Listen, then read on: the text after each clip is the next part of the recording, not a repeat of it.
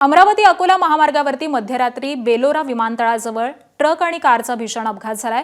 या अपघातामध्ये 4 तरुणांचा मृत्यू झालाय। मध्यरात्री 1:30 वाजता चहा पिण्यासाठी विमानतळाजवळील एका हॉटेलजवळ हे तरुण गेलेले होते।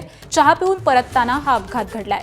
अपघातामध्ये 4 तरुणांचा जागीच मृत्यू झालेला असून 3 जण जखमी झालेत। जखमींना रुग्णालयामध्ये दाखल करण्यात आलंय, तर अपघातानंतर ट्रक चालक हा फरार झालेला आहे।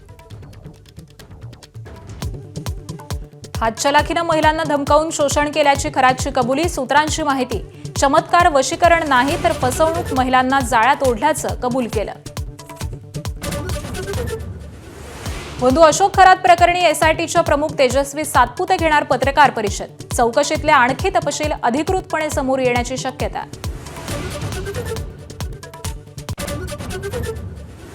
पार्थ पवार कृतघ्न असल्याची काँग्रेसची टीका। भाषण सुद्धा करता न येणाऱ्यानं काँग्रेसच्या डाऊनफॉलवरती बोलणं जरा जास्तच झालं असं प्रत्युत्तर। जमीन घोटाळ्यामुळे महाशक्ती समोर सरेंडर झाल्याची ही टीका। बीडच्या मस्साजोगमध्ये सरपंच पदाच्या पोटनिवडणूक प्रक्रियेला आजपासून सुरुवात। दिवंगत संतोष देशमुखांच्या कुटुंबातील सदस्याला उमेदवारी मिळण्याची शक्यता। निवडणूक बिनविरोध होणार का, याकडेही लक्ष।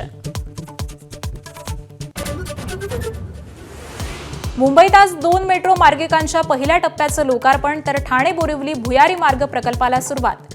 पॉर्ट टॅक्सी प्रकल्पाचंही आज भूमिपूजन। इराणला एका रात्रीत संपवून टाकू, ट्रम्प यांचा पुन्हा इशारा। इराणला उभं राहायला 100 वर्ष लागतील अशीही धमकी। होर्मुझ खुलं करण्यासाठी आज रात्री 12 पर्यंतची मुदत। अमेरिकेच्या धमक्यांना आमची लहान मुलं सुद्धा घाबरत नाहीत। डोनाल्ड ट्रम्प यांच्या इशाऱ्याची इराणकडून खिल्ली। आज रात्रीची प्रतीक्षा असल्याचं आव्हान।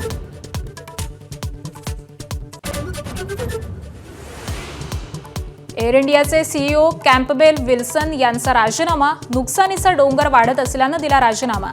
अहमदाबाद दुर्घटनेची चौकशी अपूर्ण असतानाच पद सोडलं। तामिळनाडूतून पिता पुत्रांच्या पोलीस कोठडीतील मृत्यू प्रकरणी 9 पोलिसांना फाशीची शिक्षा। मदुराईच्या सत्र न्यायालयाचा निर्णय। 3 पोलीस अधिकाऱ्यांचा समावेश।